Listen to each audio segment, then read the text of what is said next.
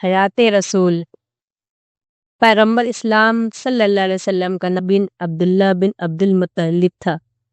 آپ 570 ہجری میں مکہ میں پیدا ہوئے اور 623 عیسوی میں مدینہ میں آپ کی وفات ہوئی۔ آپ کو 40 سال کی عمر میں نبوت ملی۔ آپ کے حالات یہاں مختصر طور پہ درج کیے جاتے ہیں۔ آپ ابھی رحم مادر میں تھے کہ آپ کے والد عبداللہ کا انتقال ہو گیا۔ پیدائش کے چند ہی سال بعد آپ کے والدہ آمنہ بھی انتقال کر گئیں۔ عرب کی قدیم روایت کے مطابق ایک صحرائی خاتون حلیمہ سعدیہ نے آپ کی ابتدائی پرورش کی۔ والد کی غیر موجودگی میں آپ کے دادا عبد المطلب آپ کی کفالت کرتے رہے۔ دادا کے انتقال کے بعد آپ کے چچا ابو طالب آپ کے کفیل بنے۔ ابو طالب ایک تاجر تھے، چنانچہ آپ نے ان کے ساتھ بعد تجارتی سفر بھی کیے۔ 25 سال کی عمر میں آپ نے مکہ کی ایک 40 سالہ بیوہ خاتون خدیجہ بنت خویلد سے نکاح کیا۔ آپ کی عمر جب 40 سال کی ہوئی، اس وقت خدا کی پہلی وحی آپ پر نازل ہوئی۔ آپ مکہ کے قریب حرا نامی ایک غار میں تھے۔ آپ یہاں اکثر تنہائی کی تلاش میں آیا کرتے تھے۔ یہاں فرشتہ جبرائیل آپ کے پاس آئے اور یہ خبر دی کہ آپ کو اللہ نے اپنا پیغمبر بنایا ہے۔ آپ پہ جو پہلی آیتیں اتری وہ سورہ العلق کے آغاز میں موجود ہیں۔ قرآن ایک ہی وقت میں ایک کتاب کی صورت میں نہیں اترا، بلکہ وہ تھوڑا تھوڑا کر کے اترا۔ اس طرح 23 سال کی مدت میں اس کی تکمیل ہوئی۔ قرآن کی حفاظت کے لیے اول دن ہی سے غیر معمولی اہتمام کیا گیا تھا۔ جب قرآن کا کوئی حصہ اترنے والا ہوتا تو جبرائیل آپ کے پاس آتے اور قرآن کے وہ جز آپ کو پڑھ کے سناتے۔ پیغمبر اسلام پہلے خود اس کو اچھی طرح یاد کر لیتے، پھر اس کے بعد آپ اس کو بول کر لکھواتے۔ پیغمبر اسلام خود لکھنا نہیں جانتے تھے، مگر آپ نے اپنے ساتھیوں میں سے بہت سے لوگوں کو اس کام کے لیے مقرر کر لیا تھا۔ یہ لوگ کاتبان وحی کہے جاتے تھے۔ کوئی نہ کوئی کاتب وحی ہر وقت آپ کے پاس موجود رہتا تھا تاکہ اترے ہوئے حصہ قرآن کو فوراً اسی وقت لکھ لے۔ اس معاملہ میں آپ اتنا زیادہ اہتمام کرتے تھے کہ ہجرت کے نازک سفر میں بھی ایک کاتب وحی ابو بکر صدیق کو آپ نے اپنے ساتھ رکھا۔ ان کے ساتھ دوسری ضروری چیزوں کے علاوہ قلم اور کاغذ بھی تھا تاکہ سفر کے دوران اگر قرآن کا کوئی حصہ اترے تو اسی وقت اس کو لکھ لیا جائے۔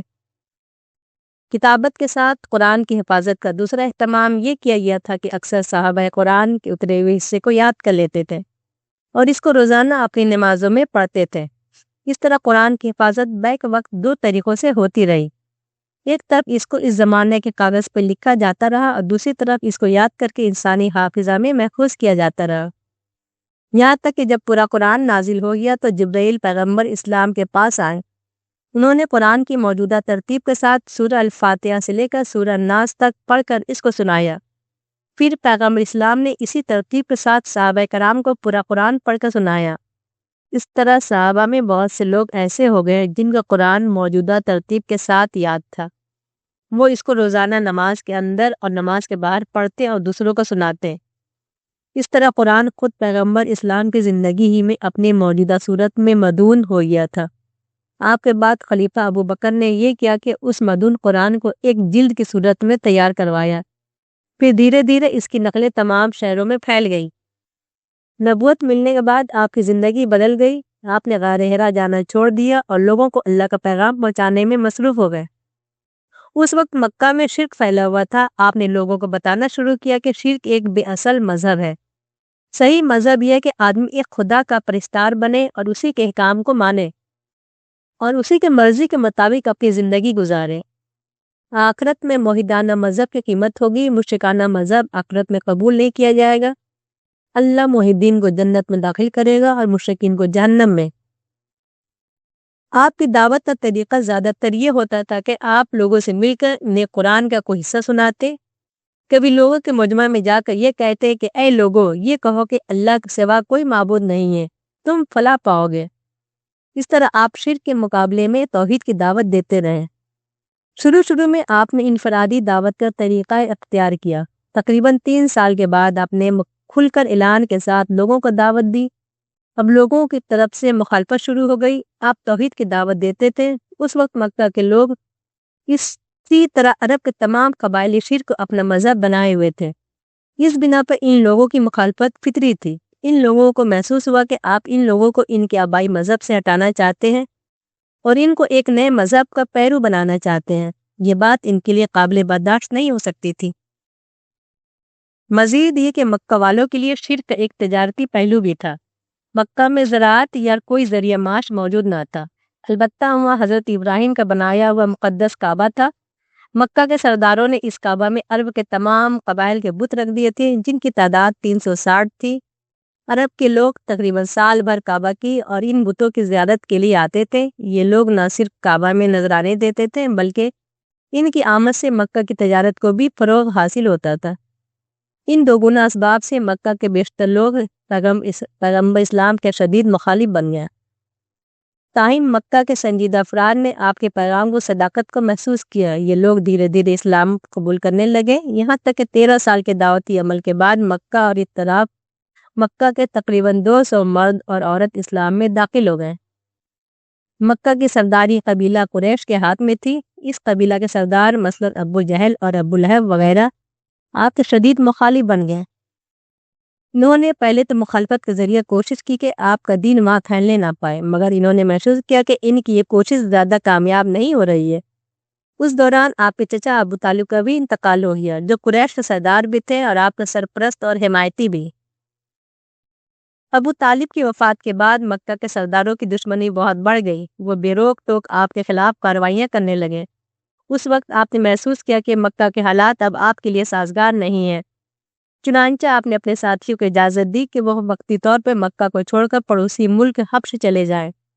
آپ نے اپنے لیے فیصلہ فرمایا کہ عرب کی ایک اور بستی طائف جائیں، وہاں اپنے لیے حمایتی تلاش کریں۔ چنانچہ آپ مکہ سے سفر کر کے طائف گئے۔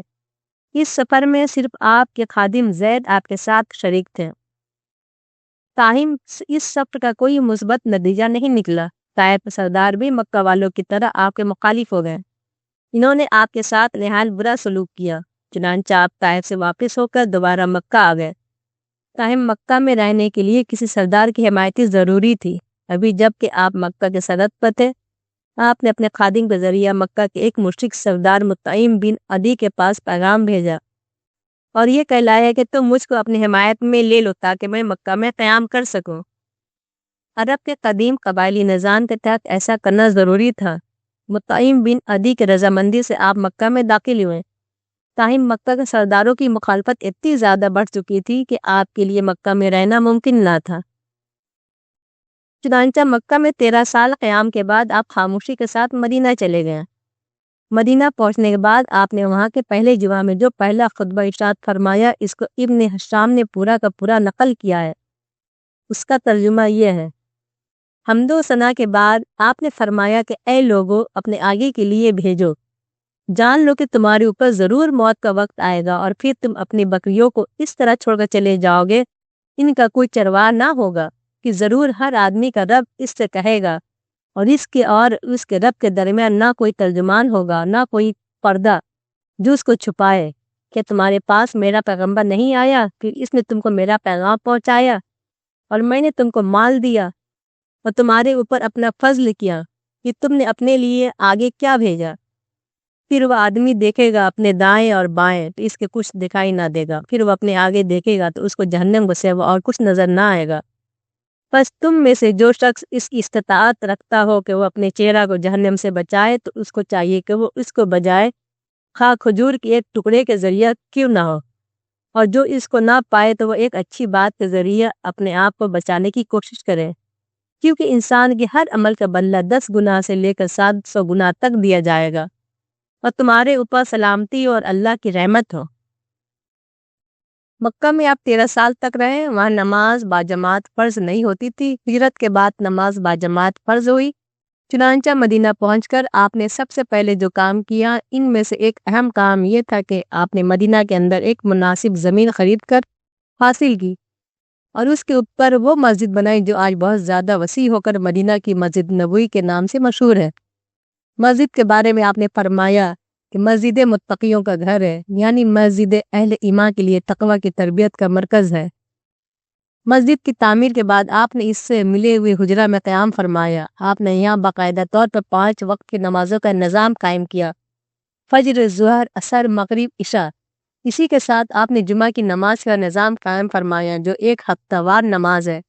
اور زیادہ بڑی اجتماعی نماز کی حیثیت رکھتی ہے، جس میں آپ نے نماز کے ساتھ خطبہ بھی شامل فرمایا، جو اہل ایمان کی ہفتہ وار تذکیر و نصیحت کا ذریعہ ہے۔ مدینہ میں آپ نے تنظیم و استحکام کے مختلف کام کیے، مثلاً ہجرت کے بعد مدینہ کی چھوٹی سی آبادی میں اچانک 2 سب سے زیادہ آدمیوں کا اضافہ ہو گیا۔ یہ ایک بڑا سماجی مسئلہ تھا۔ آپ نے اس کے حل کے لیے وہ تدبیر اختیار فرمائی جس کو اسلام کی تاریخ میں مواقعہ کہا جاتا ہے۔ اس کی صورت یہ تھی کہ آپ نے باہر سے آنے والے مہاجرین اور مدینہ میں رہنے والے انصار کے درمیان بھائی بھائی کا رشتہ قائم کر دیا۔ اس طرح ہر مہاجر کسی انصاری کے ساتھ اس کے گھر اور کاروبار میں بھائی کی طرح شریک ہو گیا۔ تاریخ بتاتی ہے کہ یہ لوگ سگے بھائی کی طرح مل جل کر رہتے تھے، ان کے درمیان کبھی کسی معاملے میں جھگڑا نہیں ہوا۔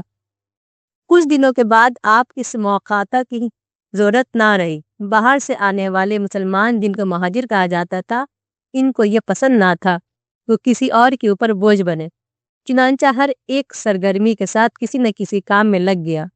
کسی نے مزدوری کی، کوئی زراعت اور تجارت میں مشغول ہو گیا۔ اس طرح تھوڑے دنوں کے بعد ان میں سے ہر ایک کی خود اپنی معاشی بنیاد کھڑا ہو گیا۔ دوسرا مسئلہ یہ تھا کہ اس وقت مدینہ میں مسلمانوں کے ساتھ مشرکین اور یہود ابھی آباد تھے۔ پیغمبر اسلام نے اس مسئلہ کے حل کے لیے ایک منشور جاری کیا جس کو عام طور پر صحیفہ مدینہ کہا جاتا ہے۔ مدینہ میں چونکہ مسلمانوں کی اکثریت تھی، اس لیے آپ کی حیثیت وہاں مدینہ کے سردار یا حاکم کی ہو گئی۔ آپ نے اپنی اس حاکمانہ حیثیت کے تحت صحیفہ مدینہ میں یہ اعلان فرمایا کہ یہاں کے تمام لوگوں کی برابر کے حقوق حاصل ہوں گے، ہر ایک کو اس کے مذہب اور کلچر کی آزادی ہوگی، مسلمانوں کی معاملات شریعت کے مطابق طے کیے جائیں گے اور مشرکین اور یہود کے معاملات ان کو اپنی روایت یا قبائلی روایت کے مطابق طے ہو گئی۔ مکہ کے برعکس مدینہ آپ کی دعوت توحید کے لیے سازگار ثابت ہوا۔ آپ کی آمد سے پہلے ہی مدینہ میں اسلام داخل ہو چکا تھا۔ آپ کے یہاں آنے کے بعد اس میں مزید اضافہ ہوا، یہاں تک کہ تھوڑی مدت میں مدینہ کے بیشتر لوگ اسلام قبول کر کے آپ کے ساتھی بن گئے۔ یہ صورت مکہ کے سرداروں کو پسند نہیں آئی۔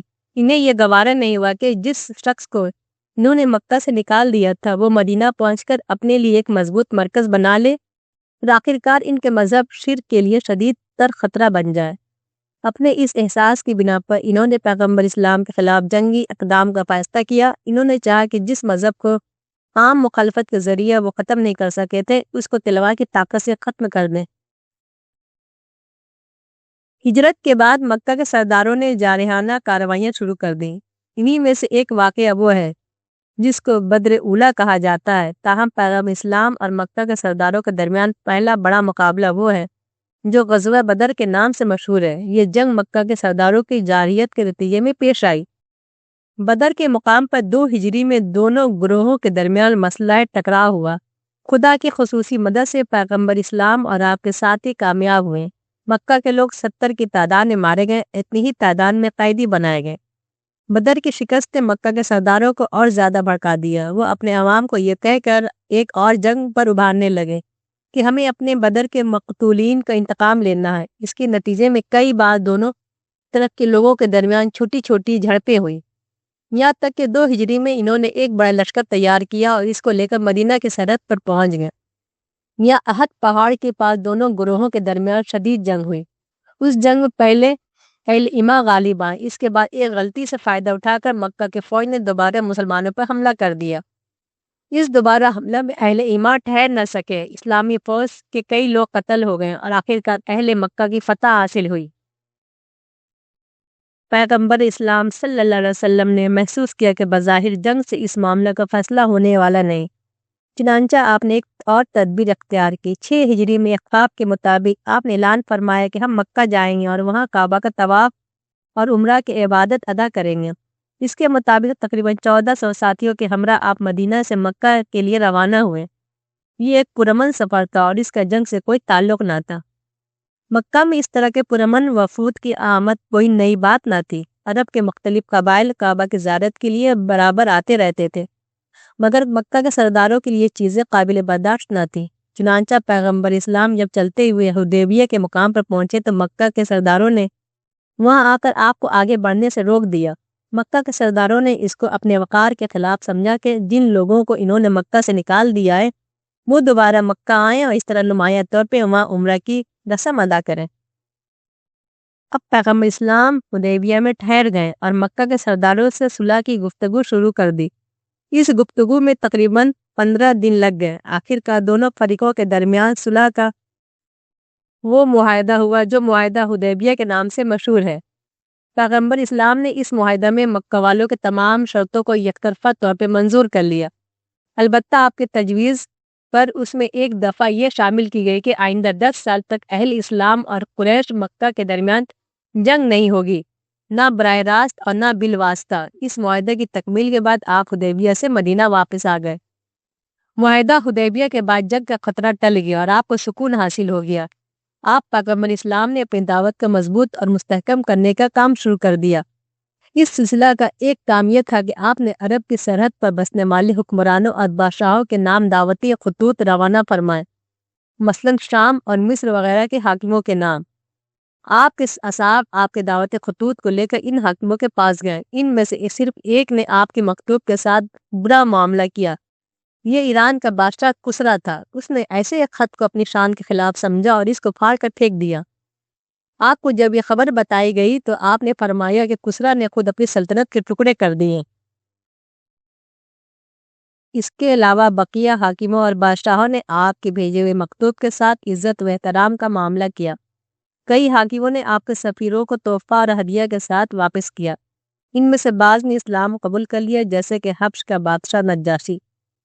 حدیبیہ کا معاہدہ اگرچہ بظاہر مکہ والوں کی موافقت میں تھا، مگر اس کا ایک عظیم فائدہ اسلام کے حق میں برآمد ہوا۔ وہ اس طرح کہ جب یہ مشہور ہو گیا کہ پیغمبر اسلام اور قریش مکہ کے درمیان نہ جنگ معاہدہ ہو گیا ہے، تو دونوں فریقوں کے درمیان پرامن ماحول قائم ہو گیا۔ اس کے نتیجے میں دونوں کے درمیان کھلی آمد و رفت ہونے لگی۔ مکہ اور دوسرے عرب قبائل کے لوگ مدینہ آنے لگے۔ اسی طرح مدینہ کے مسلمان دوسرے مشرک قبائل میں جانے لگے۔ اس آزادانہ اختلاط کے دوران آپ اپنے ایسا ہوا کہ اسلام زیر بحث آنے لگا۔ اہل شرک اور اہل توحید کے درمیان کھلے طور پر چرچا ہونے لگے۔ اس کے نتیجہ میں اسلام کی دعوت نہایت تیزی کے ساتھ ہر طرف پھیل گئی۔ عرب کے لوگ اسلام کے خوبیوں سے واقف ہو کر بڑی تعداد میں اسلام میں داخل ہونے لگے، یہاں تک کہ صرف 2 سال کے اندر ہی اسلام کی تعداد میں غیر معمولی اضافہ ہو گیا۔ اب ایسا ہوا کہ قریش مکہ کے کچھ لوگوں نے رسول اللہ صلی اللہ علیہ وسلم ایک خلیف قبیلہ کے خلاف جارحانہ کارروائی کی۔ یہ معاملہ حدیبیہ کے معاہدے کے سراسر خلاف تھا۔ اس واقعے کے بعد آپ نے معاہدہ حدیبیہ کے خاتمہ کا اعلان کر دیا۔ اس کے بعد آپ اپنے 10,000 اصحاب کے ساتھ مدینہ سے مکہ کے لیے روانہ ہوئے۔ حدیبیہ کے سفر کے وقت آپ کے ساتھ صرف 1400 آدمی تھے۔ اس کے مقابلے میں موجودہ سفر میں آپ کے ساتھیوں کی تعداد 10,000 تھی۔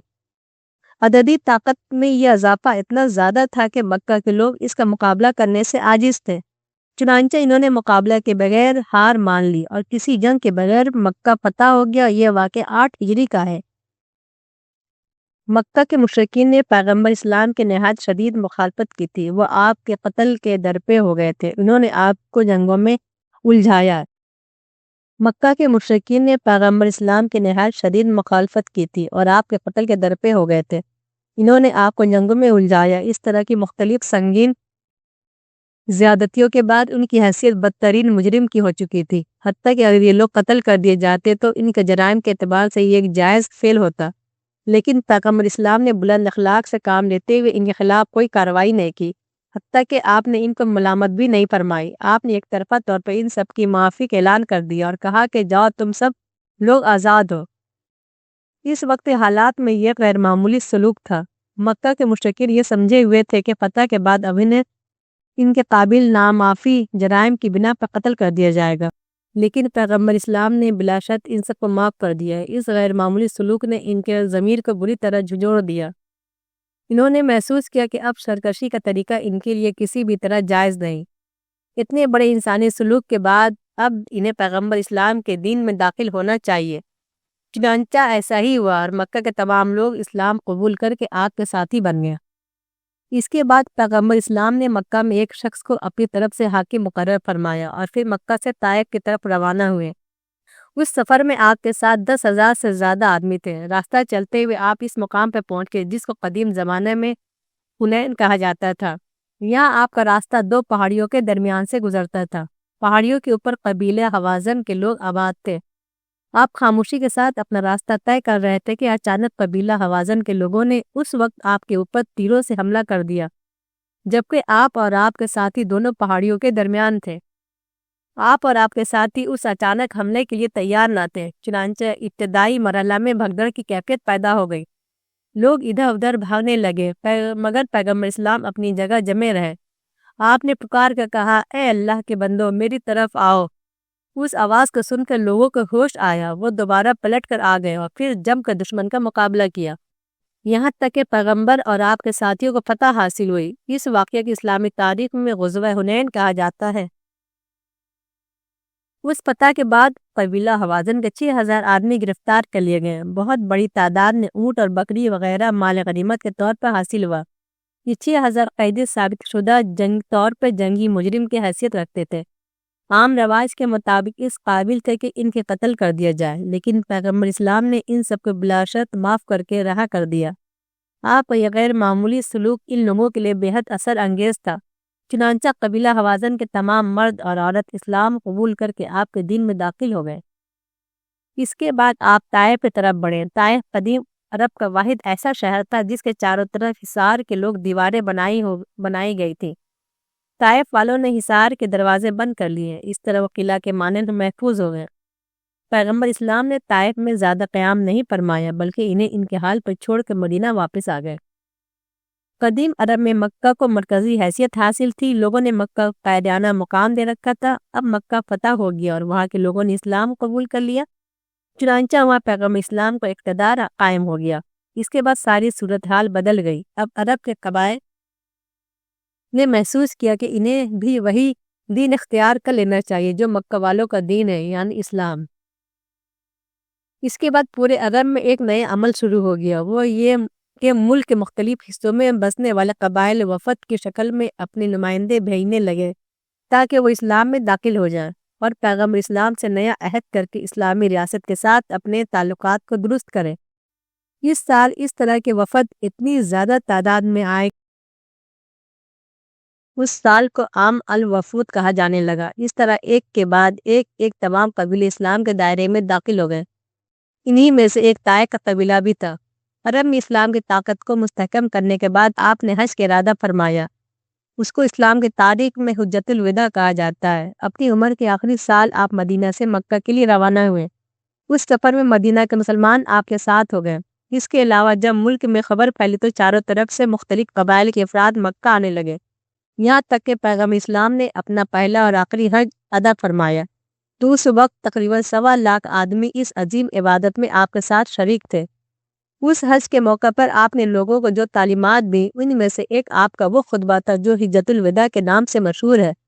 یہ خطبہ گویا اسلام کا ابدی منشور تھا۔ اس خطبہ میں آپ نے فرمایا، بے شک تمہارے خون اور تمہارے مال تمہارے اوپر حرام ہے، جس طرح تمہارا یہ دن تمہاری اس مہینے میں تمہارے اس شہر میں حرام ہے۔ سن لو کہ جاہلیت کے معاملے کی ہر چیز میرے قدموں کے نیچے ہے، اور جاہلیت کے تمام خون باطل کر دیے گئے، اور سب سے پہلا خون جو میں باطل کرتا ہوں وہ ہمارا خون ربیعہ بن حارث کا خون ہے، اور جاہلیت کے تمام سود باطل ہے، اور سب سے پہلا سود جو میں باطل کرتا ہوں وہ ہمارے خاندان کا سود عباس بن عبد المطلب کا سود ہے، وہ سب کا سب باطل ہے۔ تم لوگ عورتوں کے معاملے میں خدا سے ڈرو، تم نے اللہ کو امانت کے طور پہ حاصل کیا ہے، اور ان کے شرمگاہوں کو اللہ کے کلمہ سے حلال کیا ہے۔ تمہارے اوپر ان کا حق یہ ہے کہ تم ان کو معروف طریقہ پر کھانا اور کپڑا دو، اور میں تمہارے درمیان ایک چیز چھوڑ رہا ہوں، اگر تم اس کو مضبوطی سے پکڑو گے تو تم گمراہ نہ ہوگے، وہ چیز خدا کی کتاب ہے۔ اے لوگو، کیا تم جانتے ہو کہ تم کس مہینہ میں ہو، اور تم کس دن میں ہو، اور تم کس شہر میں ہو؟ لوگوں نے کہا کہ حرام دن اور حرام شہر اور حرام مہینہ میں۔ آپ نے فرمایا کہ تمہارے خون اور تمہارے مال اور تمہاری عزتیں تمہارے اوپر اسی طرح قیامت تک کے لیے حرام ہے، جس طرح تمہارا یہ دن، تمہارا یہ مہینہ، تمہارا یہ شہر حرام ہے۔ پھر فرمایا، میری بات سنو اور اس کے مطابق عمل کرو، خبردار ظلم نہ کرنا، خبردار ظلم نہ کرنا۔ بے شک کسی مسلمان کا کسی دوسرے کے مال کو لینا جائز نہیں، الا یہ کہ وہ راضی ہو۔ سنو، جاہلیت کا ہر خون اور مال اور شرط قیامت تک کے لیے میرے دونوں قدموں کے نیچے ہے۔ تمہارے لیے تمہارا تحصل اعمال ہے، نہ تم کسی پر ظلم کرو اور نہ تمہارے اوپر کوئی ظلم کیا جائے۔ سنو، زمانہ گھوم گیا، بس وہ آج اس نقطہ پہ ہیں جس دن خدا نے زمین و آسمان کو پیدا کیا تھا۔ پھر یہ آیت پڑھی، خدا کے نزدیک مہینوں کی گنتی 12 ہے۔ خدا کی کتاب میں جس دن اس نے زمین و آسمان کو پیدا کیا، ان میں سے 4 مہینے محترم ہیں، یہی سیدھا دین ہے، بس تم ان میں اپنی جانوں پر ظلم نہ کرو۔ التوبہ آیت نمبر 36۔ سنو، میرے بعد ممکن نہ ہو جانا کہ آپس میں ایک دوسرے کی گردن مارنے لگو۔ سنو، شیطان اس سے مایوس ہو چکا ہے کہ نماز پڑھنے والے اس کی عبادت کرے، لیکن آپس میں تم کو برانخطا کر کے وہ اپنا مقصد حاصل کرے۔ اور عورتوں کے بارے میں اللہ سے ڈرو، کیونکہ وہ تمہارے دست نگر ہیں، وہ اپنے لیے کچھ نہیں کر سکتی، وہ تمہارے اوپر ان کا حق ہے اور ان کے اوپر تمہارا حق۔ سنو، جس کے پاس کوئی امانت ہو تو اس کو صاحب امانت کو واپس کر دے۔ اس کے بعد آپ نے اپنے دونوں ہاتھ پھیلائے اور فرمایا کہ میں نے پہنچا دیا۔ کیا میں نے پہنچا دیا؟ پھر آپ نے کہا، جو حاضر ہے وہ غیر حاضر کو پہنچا دے، کیونکہ بہت سے وہ لوگ جنہیں پہنچایا جائے وہ سننے والوں سے زیادہ اخذ کرنے والے ہوتے ہیں۔ پیغمبر اسلام صلی اللہ علیہ وسلم کی وفات ہجری کیلنڈر کے لحاظ سے 12 ربیع الاول 10 ہجری کو ہوئی۔ آخری زمانے میں آپ تقریباً 2 ہفتہ بیمار رہے۔ وفات سے پہلے آپ نے مسجد نبوی میں جو آخری نماز ادا فرمائی، اس میں آپ موجودگی میں حضرت ابوبکر صدیق کو نماز کا امام بنایا۔ اسلام میں نماز باجماعت کے امام کی جو اہمیت ہے، اس کے لحاظ سے یہ ایک واضح اشارہ تھا کہ میرے بعد ابوبکر مسلمانوں کے خلیفہ یا امیر المومنین ہوں گے۔ آخری زمانے میں آپ نے جو باتیں فرمائی، ان میں سے ایک یہ تھی کہ میں نے تمہارے درمیان 2 چیزیں چھوڑی ہیں، تم اس وقت تک گمراہ نہ ہوگے جب تک کہ تم ان دونوں کو پکڑے رہو گے، خدا کی کتاب اور اس کے رسول کی سنت۔ آپ کی وفات مسجد نبوی کی حجرہ میں ہوئی، اسی حجرہ میں آپ کی تدفین کی گئی، چنانچہ آج تک آپ کی قبر وہاں موجود ہے۔ بعد کو آپ کے خلفاء حضرت ابوبکر، حضرت عمر فاروق کی وفات ہوئی تو ان کی تدفین بھی اسی مقام پر آپ کی قبر کے دونوں طرف ہوئی۔